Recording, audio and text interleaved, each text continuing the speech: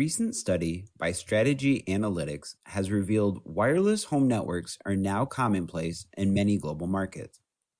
They predict that the total worldwide number of Wi-Fi households will reach nearly 800 million in 2016, a penetration rate of 42%.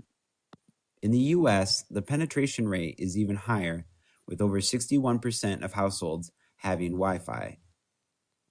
Wireless internet has helped everyone unplug from traditional Ethernet.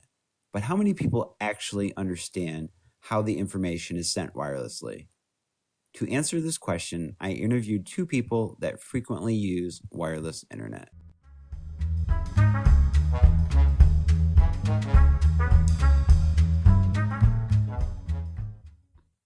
The first person I asked was Mike, a father of two.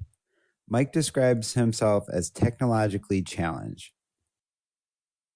Can you explain your understanding of how wireless internet works? I look at it as long-distance connection without use of any kind of landline or anything of that nature. Mike had provided me with a basic fundamental of wireless internet, that it is a connection without a physical cord. I pushed Mike further. Can you explain how the technology behind wireless internet works? As far as the technology, it has to be obviously through a satellite that kind of pulls information at wherever you're at and transmits it somewhere else. While it is true that internet can be delivered to the home via satellite, wireless internet does not use a satellite to communicate wirelessly with devices. I showed Mike a diagram I had put together. The diagram shows how wireless internet is brought into the home and sent to each device. After Mike examined the diagram, I asked him if he was able to identify any differences between the diagram and his original response. I didn't use the term radio waves. It's possible that Mike was building on his prior knowledge of satellite television, another way we receive wireless communications, and applied that to his understanding of wireless internet. After reviewing the diagram, Mike was able to fill in the gaps in his understanding of wireless technology by recognizing the fact that radio waves are the driving force behind wireless internet, not satellites. I concluded by asking if he could give me an example of how he uses wireless internet in the home. For instance, I have DSL in my house. Everything comes through the DSL unit connections to our phone, and then it's transmitted through the radio waves throughout our house to the various iPads or laptops. Mike was able to accurately describe to me the way his family uses wireless internet technology in their home.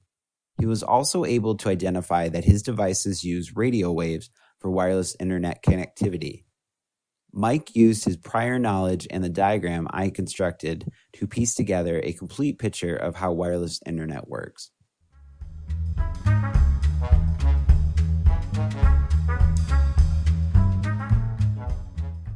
The second person I interviewed was Ben.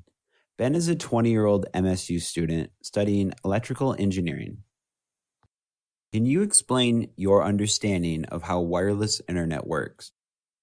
The internet would either come into your house through your cable or through your phone line, depending on which service, and those then connect to your modem.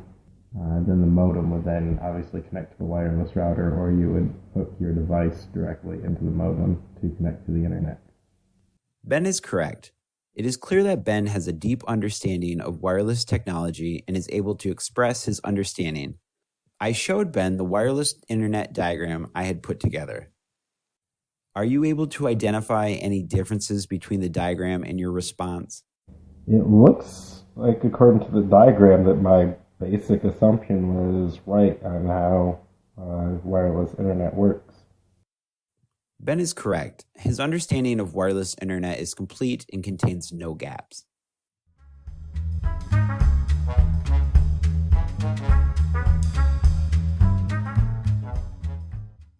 I learned some pretty valuable lessons through this project. I learned that how you ask a question is just as important as how you answer it. The wait time principle was a valuable tool that I used while interviewing Mike and Ben. Our natural impulse is to answer a question or to start talking when we think an answer has been given.